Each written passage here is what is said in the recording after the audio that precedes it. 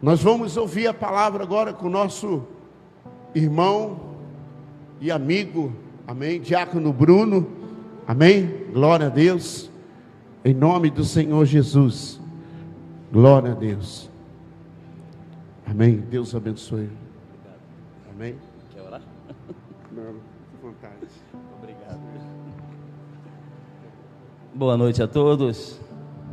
Que a graça e a paz do nosso Senhor e Salvador Jesus Cristo possa estar na vida e no coração de cada um nessa noite. Amém?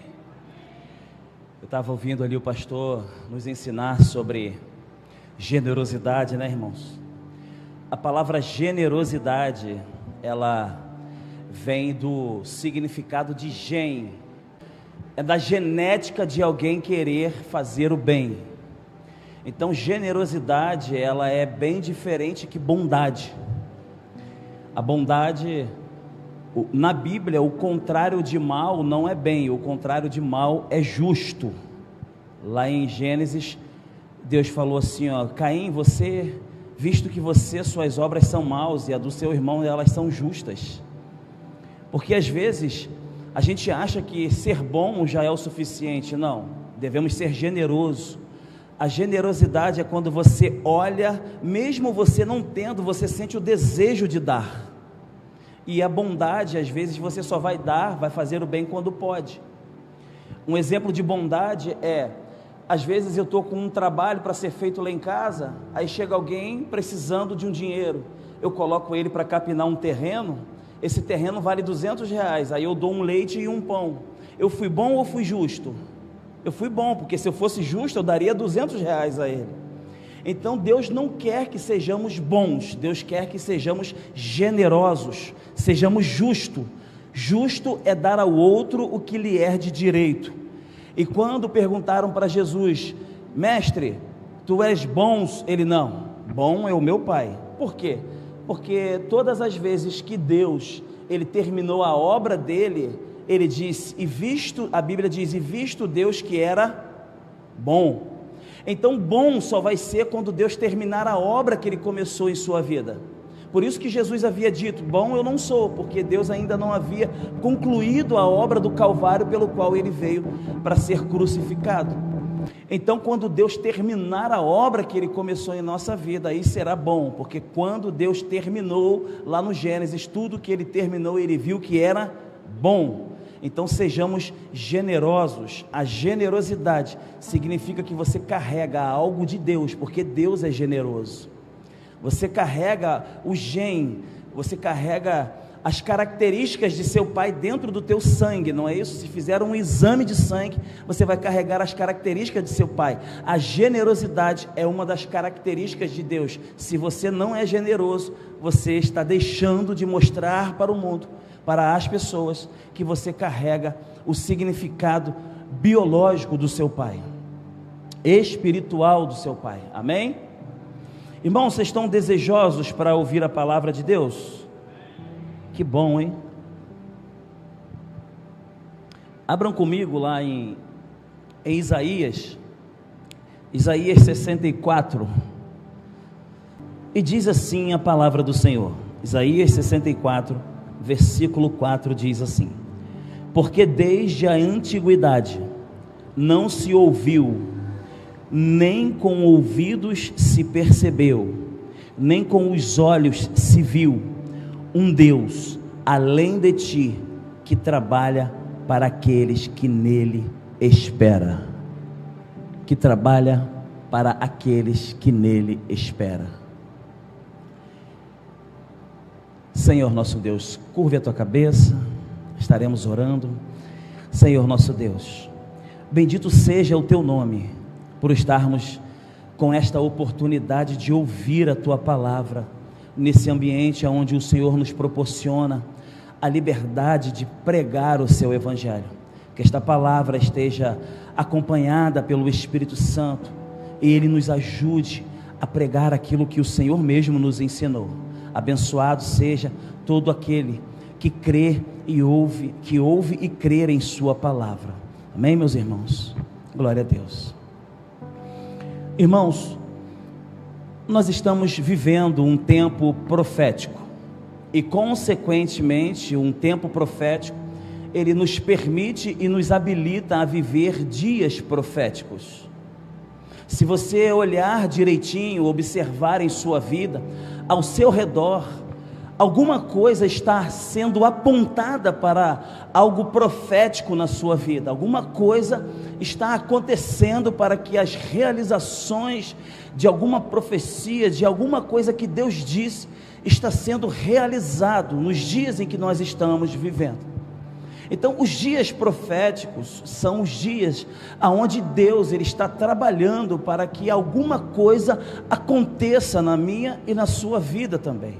Os dias proféticos são os dias onde Deus ele está trabalhando para que as promessas elas se tornem realidades.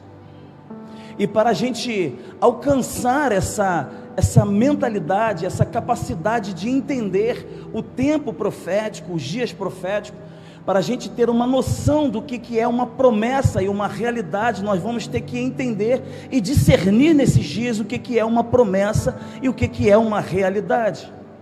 Promessa é tudo aquilo que Deus disse, promessa é tudo aquilo que Deus está falando, realidade é tudo aquilo que já está acontecendo. Entre realidade e promessa há algumas armadilhas e algumas ciladas que acontecem em nossa vida, que pode nos levar a alguns abismos esses, que são escuridão, que nós não temos clareza daquilo que Deus está falando. A frustração, ela é uma das ciladas que pode nos levar a esses abismos. Por quê? Porque a frustração, ela nada mais é do que algo que já está acontecendo, e você, por não gostar daquilo que está acontecendo, não ser da maneira como você está aprovando, você acha que aquilo já não faz parte de uma realidade que Deus um dia prometeu para a sua vida. Então você e eu, a tendência é, quando nós não gostamos de algo que está acontecendo, é a gente estar frustrado. Muitos estão frustrados e não conseguem acompanhar a realidade daquilo que Deus está prometendo e fazendo e se cumprindo em nossa vida.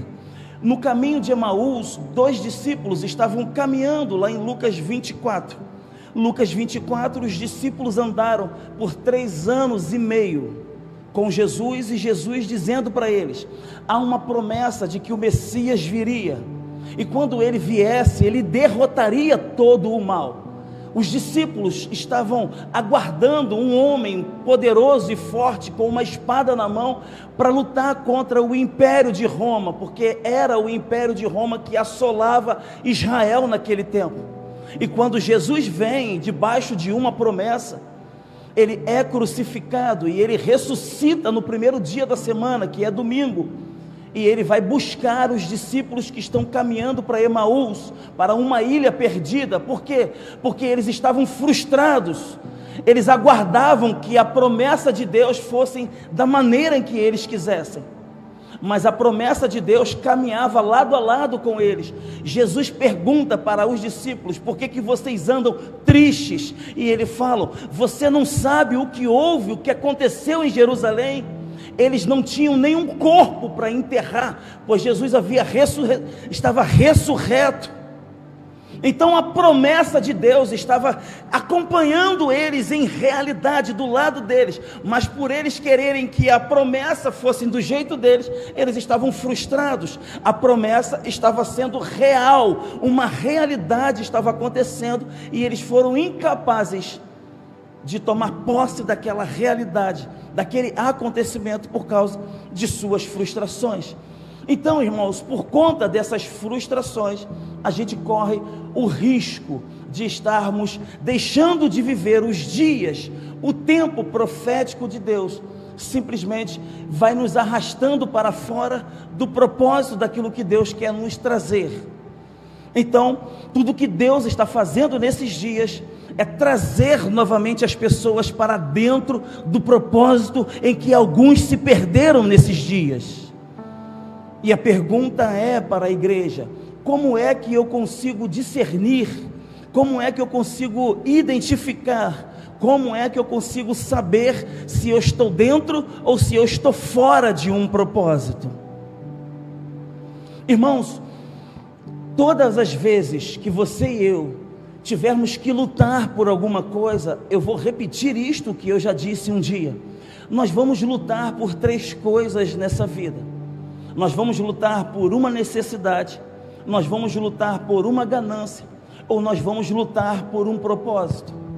Se tiver que lutarmos por alguma coisa, nós deveríamos ter a escolha de lutar por um propósito, porque no propósito de Deus, você e eu não temos nenhuma necessidade.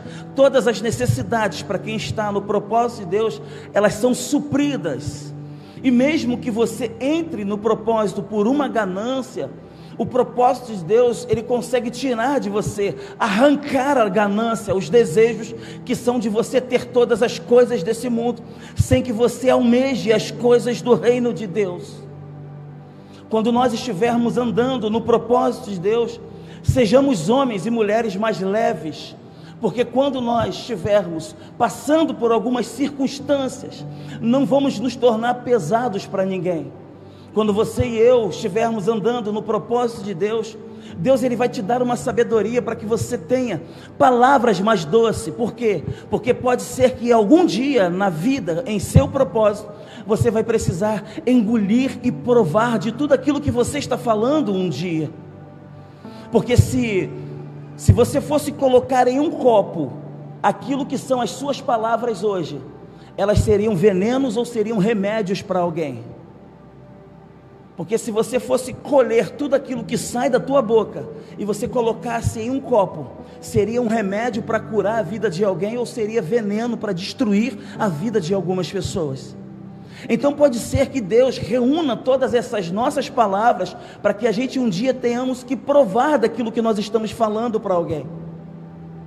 Quando nós estivermos andando no propósito de Deus, não destrua nenhuma ponte, irmãos, porque as pontes, elas te fazem atravessar para alguns lugares, e tem alguns lugares que nós recusamos em entrar por algum tipo de preconceito, por algum tipo de ideia, por algum tipo de conceito que éramos errantes e enganosos, que eram os nossos caminhos.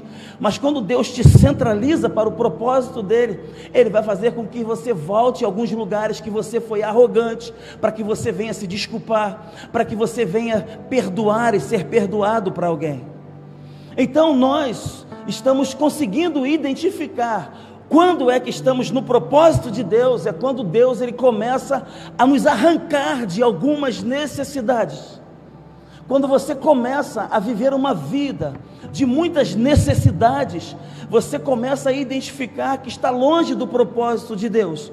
Por quê? Porque na necessidade você vai começar a sentir desejos, você vai começar a ter que se submeter a algumas pessoas, e isso vai comprometer a verdade que Deus colocou dentro da tua vida para um propósito junto com Ele. Alguns anos atrás, isso são 20 anos, eu congreguei em alguns lugares em que era tomado por uma necessidade, e quando nós subíamos no púlpito, havia uma cartilha para pregar. Por quê? Porque não podíamos falar totalmente a verdade. Há uns 6 anos atrás, eu fui pregar em um lugar, e antes de pregar, eu tive que ir ao gabinete, e olha, não fala de... Por quê? Porque se nós caminharmos numa necessidade, Deus não nos enxerga no propósito. Por quê? Porque Ele vai te promover por conta da verdade que você carrega, por conta da revelação que Ele colocou dentro da sua vida. E se você começar a depender de algumas pessoas, caminhando numa necessidade, você vai comprometer essa verdade que Deus colocou em sua vida. Então nós conseguimos identificar quando estamos fora do propósito de Deus, quando nós somos muitos necessitados, quando nós carregamos essa necessidade. Quando Israel estava no Egito, Israel estava fora do propósito de Deus. Israel tinha que se submeter aos comandos e aos domínios de Faraó. Por quê? Porque Israel precisava do pão. Era Faraó que colocava o pão de Israel na mesa. Gênesis, Êxodo, no capítulo 5, do versículo 2 e versículo 4, Deus vai enviar um profeta e vai dizer assim: Moisés, avisa Faraó que ele tem que dispensar, eu quero tirar o meu povo do Egito para que eles me celebrem, para que eles me adorem no deserto. Faraó vai dizer: quem é esse Deus? Deus envia as pragas, arranca Israel de uma necessidade, envia Israel no deserto. O que Deus faz cair todos os dias na mesa de Israel? Era pão, não era isso? Israel, ele comia o pão primeiro para depois trabalhar. Lá no Egito, fora do propósito, ele trabalhava primeiro para depois comer o pão. Nas mãos fora do propósito, você sempre vai ter que trabalhar para depois comer. No propósito de Deus, é Ele quem supre as suas necessidades para que depois você trabalhe junto com Ele. A gente precisa entender isso, a gente precisa entrar nesse lugar com Deus. E quando Deus arranca Israel do Egito, havia um tratado, havia uma palavra de Deus com o povo dele. Qual? Israel, quando vocês forem se movimentar, vocês observem a nuvem. Quando a nuvem baixar, vocês se movimentam. Eu vou dizer aonde é que vocês têm que caminhar. Então a nuvem baixava, Israel armava suas tendas, adoravam a Deus. E junto com a nuvem vinham os pães. Acredite, tinha algumas pessoas que foram arrancadas do Egito, foram para o propósito de Deus. Quando a nuvem baixava, uns saíam de casa, procuravam o pão primeiro, para depois identificar aonde que era a nuvem para adorar a Deus. Mas o propósito era primeiro você adorar a Deus, enxergar a nuvem, caminhar com Ele. Mas ainda tinha alguns que acordavam pela manhã, que tinham tantas necessidades, que queriam comer pão para depois perguntar a Deus o que era para fazer. Então existe essa possibilidade, diante da palavra de Deus, de nós estarmos caminhando com Deus por uma necessidade, está perdendo a caminhada com Ele por uma ganância, por uma necessidade. O propósito de Deus, Ele supre as suas necessidades. Eu pergunto uma coisa para a igreja: Deus algum dia, Ele saiu do propósito dEle? Nunca. Por quê? Porque Ele tem alguma necessidade?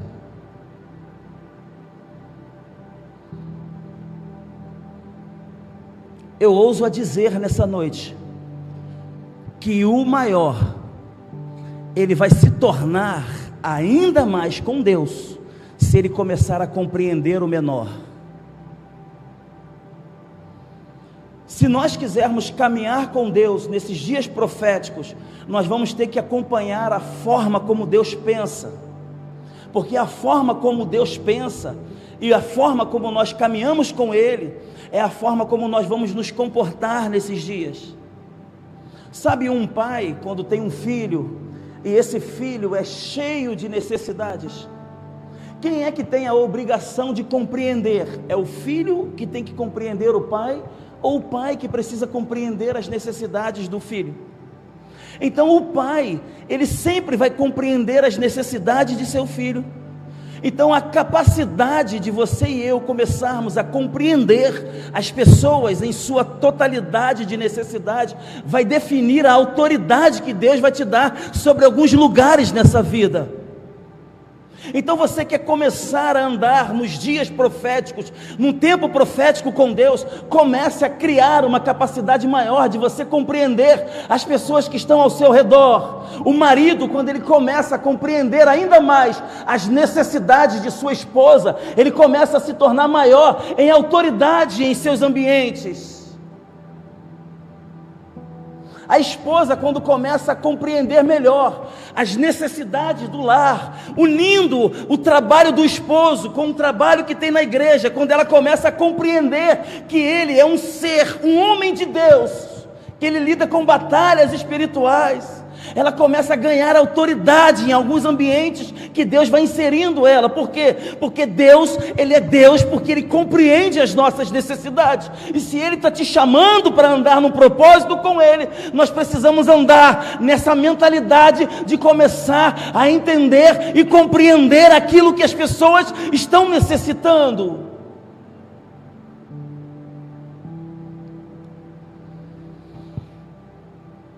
Ele sempre vai nos trazer para o seu propósito e vai nos arrancar de nossas necessidades. Pode acontecer que em algum dia, você e eu vamos estar precisando de alguma coisa, ainda andando no propósito de Deus. Aí já não é necessidade, é dependência de Deus. Porque no propósito de Deus, quando Ele te arranca da necessidade, Ele faz você depender dEle. Então Ele vai tirar algumas coisas para que você se volte para Ele. Porque tem coisas que Deus, para te dar, Ele vai te dar muitas coisas, mas Ele vai trazer pessoas para entregar a você, para que Ele te dê uma medida de humildade. Muitas coisas Deus Ele tem para te dar, mas Ele vai dar através de algumas pessoas, para que você não ande numa medida de orgulho e de soberba. Por quê? Porque o propósito de Deus, Ele te torna independente dos homens, mas dependente de Deus. Então quando Ele enxergar em você uma possibilidade de estar se tornando orgulhoso e arrogante, Ele vai começar a permitir que algumas coisas estejam ausentes na sua vida, para que você comece a depender dEle, e Ele vai entregar a pessoas para que te entregue, para que você comece a ter uma dose de humildade naquilo que você está fazendo junto com Ele. Uma das coisas que Deus vai trabalhar no homem, arrancando ele da necessidade, é travar, é controlar, é equilibrar essa parte do orgulho com ele. Por quê? Porque o orgulho trabalha para que o homem se torne independente. Você já tentou dar conselho para um homem orgulhoso? Ele não ouve a ninguém. Ele se torna a própria referência. Ele entra nos lugares, ele não consegue ouvir mais ninguém. Por quê? Porque ele se tornou a referência dele mesmo. Essa é a triste queda do homem, quando ele se torna a própria referência para ele mesmo e se nega aos conselhos. Então Deus, Ele começa a trabalhar essa vida de tirarmos de nossa necessidade, mas Ele também começa a nos observar pelas doses de humildade que Ele traz, para que nós não percamos tenhamos esse desequilíbrio no orgulho. A outra forma de nós identificarmos, irmãos, a questão do propósito de Deus para viver dias proféticos, é a questão do tempo, é o Kairos. Não tem nada pior e mais desastroso do que um homem de Deus, com um chamado poderoso na vida dele, fazendo algo fora do tempo de Deus. Alguns reclamam de casamento, de relacionamento. Casamento não é ruim, casar na hora errada que é ruim. Alguns dizem que ser pastor, ter um ministério, fazer tudo isso fora do tempo de Deus, que é ruim e complicado. Então o tempo para Deus é muito importante, e Satanás, ele sabe que isso é tão importante para Deus, e ele não pode tocar no tempo de Deus. No Kairos, o diabo não toca. Tudo que ele vai tentar fazer é trazer você e eu para fora do tempo de Deus. Por quê? Porque ele sabe que se ele trouxer você e eu para fazer coisas fora do seu tempo, tudo vai dar errado, você vai atropelar aquilo que Deus tem para a sua vida.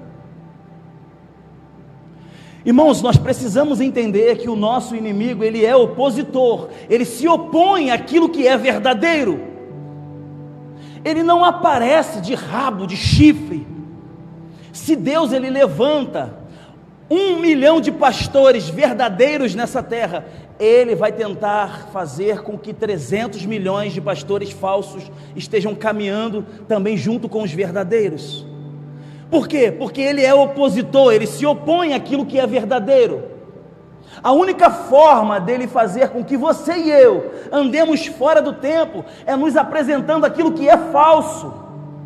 Porque a busca pelo ser humano para viver uma vida liberta é andar na verdade. Conhecereis a verdade e a verdade vos libertará.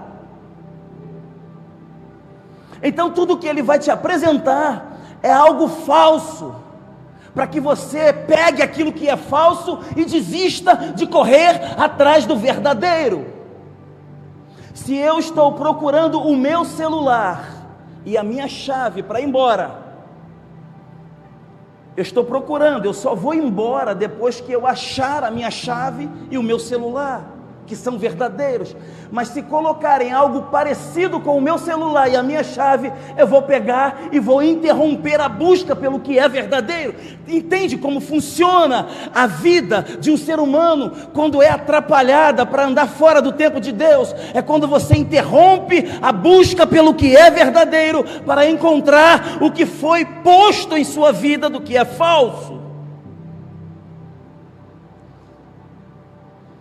Sempre quando você estiver buscando algo verdadeiro, preste atenção nos assédios. Você será assediado por coisas parecidas com aquilo que Deus prometeu para a sua vida.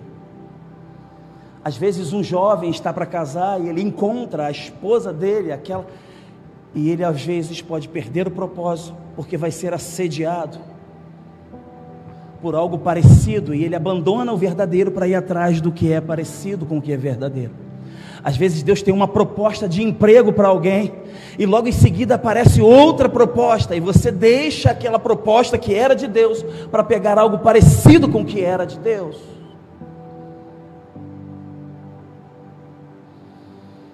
Oh meu Deus, o tempo já foi embora. Existem coisas que nós estamos com dificuldades de compreender em nossa vida em relação ao tempo. Teve um homem na Bíblia que ele soube compreender isso muito bem, Noé. Coloca para mim Gênesis capítulo 6, versículo 14, Rúbia, por favor. Talvez não vai dar para terminar a mensagem, mas vamos deixar até onde Deus quer, né, irmãos? Não por conta do tempo, mas por conta daquilo que vai ser dito. Gênesis no capítulo 6, versículo 14. Isso é Deus falando para Noé: faze para ti uma arca da madeira de gofer. E coloca agora o capítulo 8 e o versículo 16 de Gênesis também, só para a gente ter uma base do que nós estamos tendo um pouco de dificuldade nos dias que nós estamos vivendo. Agora em Gênesis no capítulo 8, e ele diz assim, Deus novamente vai dizer a Noé: sai da arca, tu com tua mulher e teus filhos e as mulheres de teus filhos. No capítulo 6 de Gênesis, Deus está anunciando que vai trazer um juízo para a terra. E o que ele ordena Noé a fazer? Uma arca, porque a arca é o instrumento, é a ferramenta que vai salvar a família de Noé. E Noé leva, alguns estudiosos dizem que ele leva quase 100 anos ou mais para construir aquela arca. Você já imaginou Deus te dar alguma coisa, uma ideia, para você construir, e você levar 100 anos para construir aquilo? E agora, depois de um ano, Deus está falando, sabe o que? Sai. Nós estamos com dificuldade de nos relacionar com Deus nesse ponto. Quando Deus diz para a gente fazer alguma coisa, a gente não faz. Quando Deus diz que é para a gente largar algumas coisas, a gente não larga. Por quê? Porque foi Deus que trouxe. Como é que Deus agora está dizendo para eu largar? Irmãos, tem coisas que tem o tempo suficiente para se manifestar em sua vida.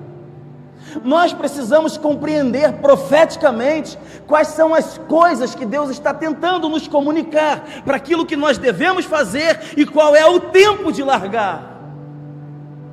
Porque às vezes você pode estar caminhando com algumas coisas simplesmente porque não tem condições e estruturas emocionais para largar aquilo que um dia veio para a sua vida. Sabe, a pessoa que constrói uma casa, ela coloca um andaime, não é isso? O andaime é muito útil para quem está construindo uma casa.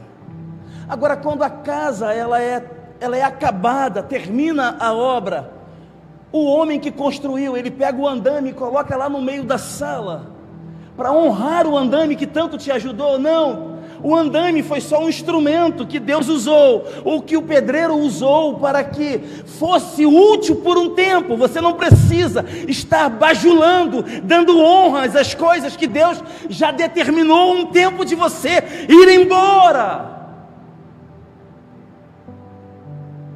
Então nós precisamos pegar esse tempo com Deus, profeticamente discernir qual é o tempo em que Deus está nos mandando construir e qual é o tempo em que Deus está nos mandando largar algumas coisas que foram úteis para nós um dia.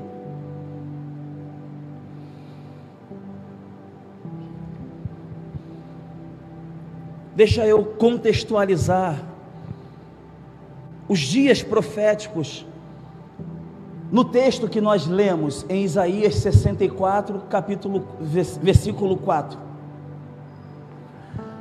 Quando o profeta Isaías, ele traz essa palavra, que nunca viu um Deus que trabalha em favor daqueles que ele espera. Naquele momento, Israel estava passando por um momento muito difícil. Israel tinha toda a sua vida estruturada. Israel tinha tudo sob controle: a casa, a igreja, a família, o trabalho, os filhos, a congregação, os seus pastores, as suas ovelhas. Tudo estava vivendo normal. Mas chegou um determinado momento em que Israel foi cercado por seu inimigo. Nabucodonosor chega e destrói tudo em Israel, leva os melhores jovens e vai para a Babilônia. Ele taca fogo no templo. O templo era algo precioso que eles estimavam, porque lá era onde eles adoravam a Deus. E eles são levados cativos. Nós temos algumas pessoas que tinham as vidas normais aqui, e que de um dia para o outro não tinham mais aquilo que era de costume de vida deles. Aquilo que era precioso para você, e você não tem mais. E como é que você ainda mantém a sua fé? Porque é muito simples eu chegar aqui e dizer: você tem que adorar a Deus. Agora Israel foi arrancado de Babilônia, e lá em Babilônia os mais velhos diziam para os mais jovens: ainda que estejamos longe, nós vamos adorar a Deus. Mas eles não tinham estrutura para suportar o que havia sido perdido. O ambiente era diferente, tudo era diferente. Eles não têm mais aquilo que era deles. E é muito ruim quando você está vivendo uma vida que você tem a sua vida estruturada, e quando você acorda você não tem mais aquela pessoa que você ama, e você ainda precisa encarar os irmãos, e os irmãos dizer que você precisa ser forte e firme na fé, mas eles agora vão ter que adorar a Deus sem o templo, vai ter que adorar a Deus sem a esposa, vai ter que adorar a Deus sem o marido que foi embora, sem o filho.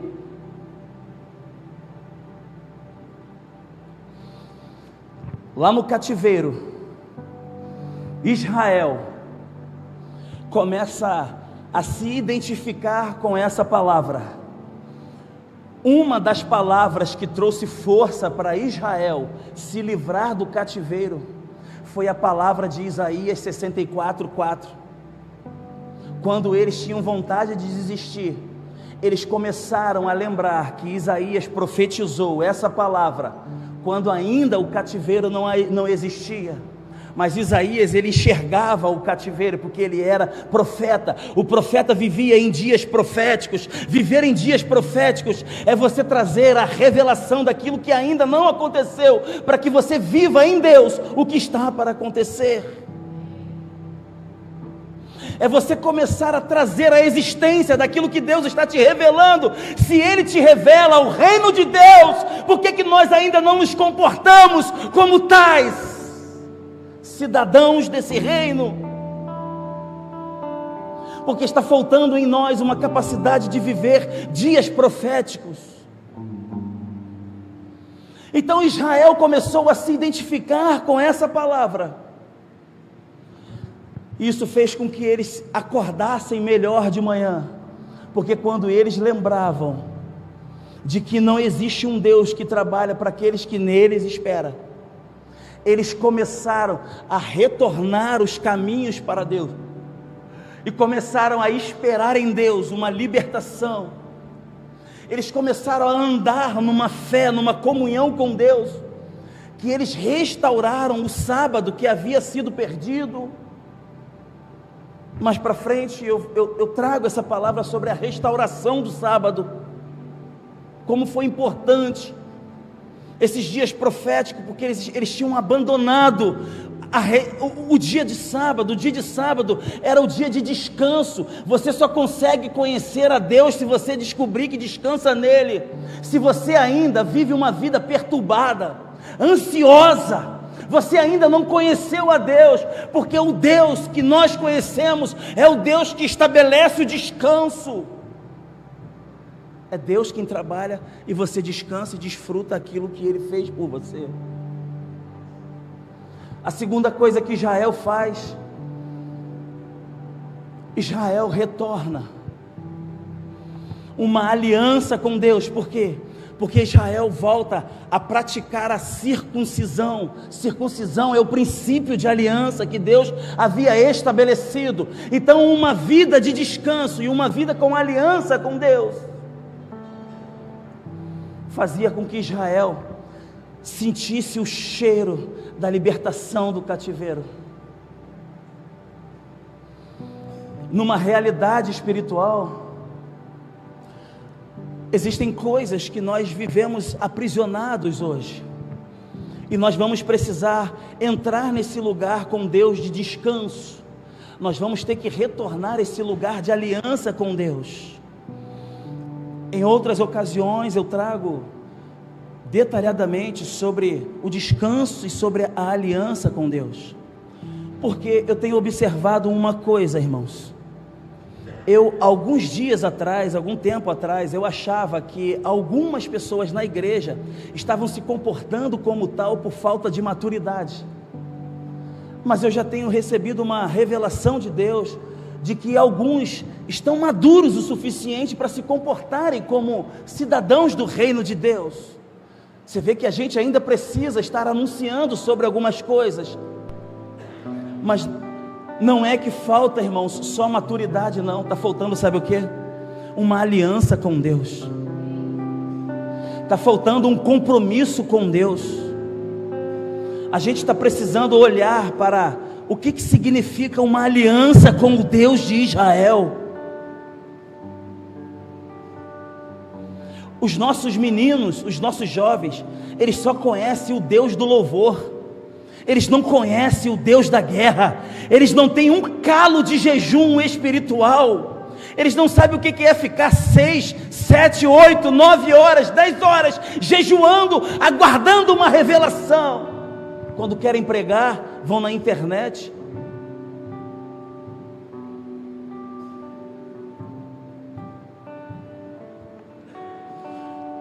Não tem como trazer uma palavra de motivação, porque se nós estamos em guerra, os dias proféticos, o evangelho ainda é relacionado à renúncia. Talvez nós vamos ter que entrar em um lugar em Deus, que nós vamos ter que até renunciar àquilo que Ele prometeu para a nossa vida, para que Ele veja que nós estamos capazes de largar tudo nessa vida. Aí Ele começa a nos dar o que Ele prometeu, simplesmente porque o teu coração não está preso ao que é o que Ele prometeu sobre coisas materiais para você. Nós precisamos encontrar um lugar em Deus onde a gente consiga imaginar o que é ser próspero em Deus, o que é viver dias proféticos. Sabe de uma coisa? A gente passa horas olhando no canal do YouTube, em outras coisas, sobre investigar, sobre investimento, Bitcoin, sobre moedas, não é isso? Mas há uma promessa de Deus dizendo o que para Abraão? Abraão, todas as famílias serão benditas e abençoadas em ti. A sua família, ela está sob o governo da bênção que Deus prometeu para Abraão. Então nós deveríamos estar investigando homens como ficar rico, ou comparar a vida de Abraão para a nossa realidade. Nós deveríamos passar mais tempo olhando a Bíblia do que outras coisas.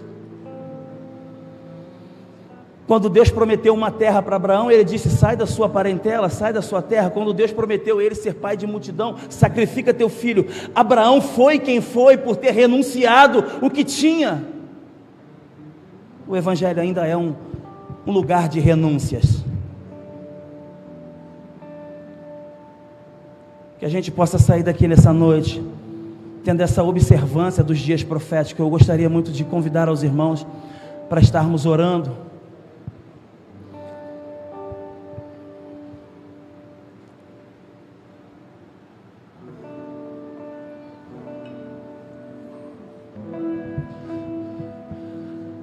Se existe alguma possibilidade, irmãos, de estarmos vivendo em algum cativeiro, aonde você não consegue se libertar e não tem mais esperança, de alguma coisa que te aprisionou, alguma armadilha da vida está ofuscando a sua forma de viver nesses dias, comece a discernir os dias proféticos e identificar que Deus é um Deus que trabalha para aqueles que nele esperam. Deus está trabalhando em sua vida, meu irmão, para que as coisas que Ele prometeu, elas sejam reais, elas se tornem realidade em sua vida. Não pense que só porque não esteja acontecendo da forma que você quer, não significa que Ele não está fazendo. Às vezes, para tomar alguns rumos com Deus, nós vamos ter que desarmar algumas organizações que fizemos em nossa vida. Para quê? Para que se estabeleça a ordem de Deus. Porque a promessa vai se cumprir diante de uma ordem que Deus vai dar, não diante da sua organização para receber. Então fique atento ao que Deus vai trazer para a tua vida como ordenanças, como palavra. Comece a ficar atento nesses dias no que vai sair do altar para a sua vida, sobre uma palavra profética, sobre um direcionamento de Deus. Comece a gastar tempo com Deus na palavra, comece a gastar tempo com Deus com a oração, que você vai começar a ver Deus se manifestar profeticamente na sua vida, irmão. Senhor meu Deus, diante dos seus olhos nós colocamos a nossa vida.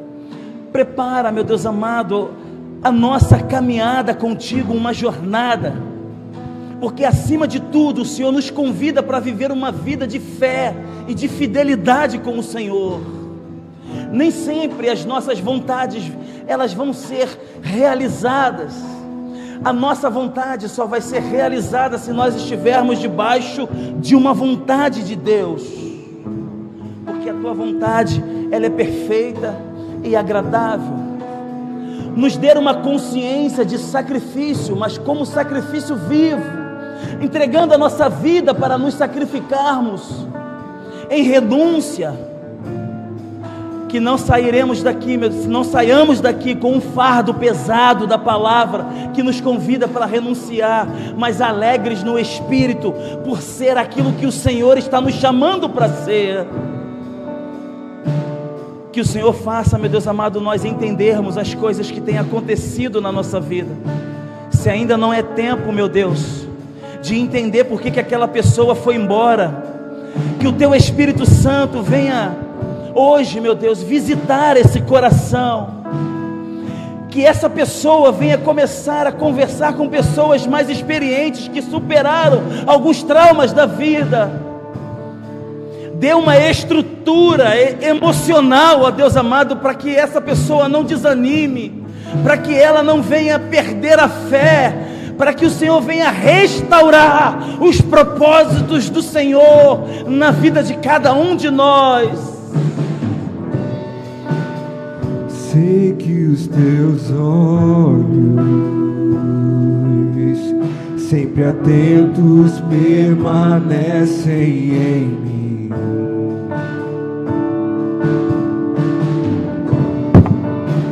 E os seus ouvidos estão sensíveis para ouvir meu clamor. Eu posso até chorar, mas a alegria vem de manhã. És Deus de perto e não de longe, e nunca mudaste, e tu és fiel.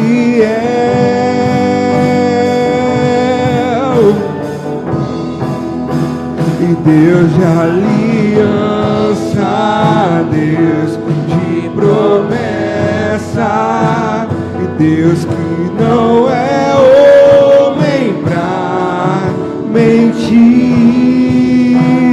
Tudo pode passar, tudo pode mudar, mas tua palavra vai se cumprir. Sabe, irmãos, a rainha Esther, ela foi criada pelo seu tio Mardoqueu em um dos piores momentos da vida de Israel. O tio dela, Mardoqueu, se apresentou a ela e disse: você não vai fazer nada pelo teu povo? Ela disse assim: eu não posso entrar na presença do rei, se ele não me chamar, eu corro o risco de morrer. Mardoqueu se levanta e diz assim: será que não foi para isso que você foi levantado neste tempo? Será que as aflições que você está passando, as dores, os riscos, a saudade de alguém que se foi, será que não é Deus te amadurecendo para você desabrochar em um propósito que Ele está te chamando para esse tempo?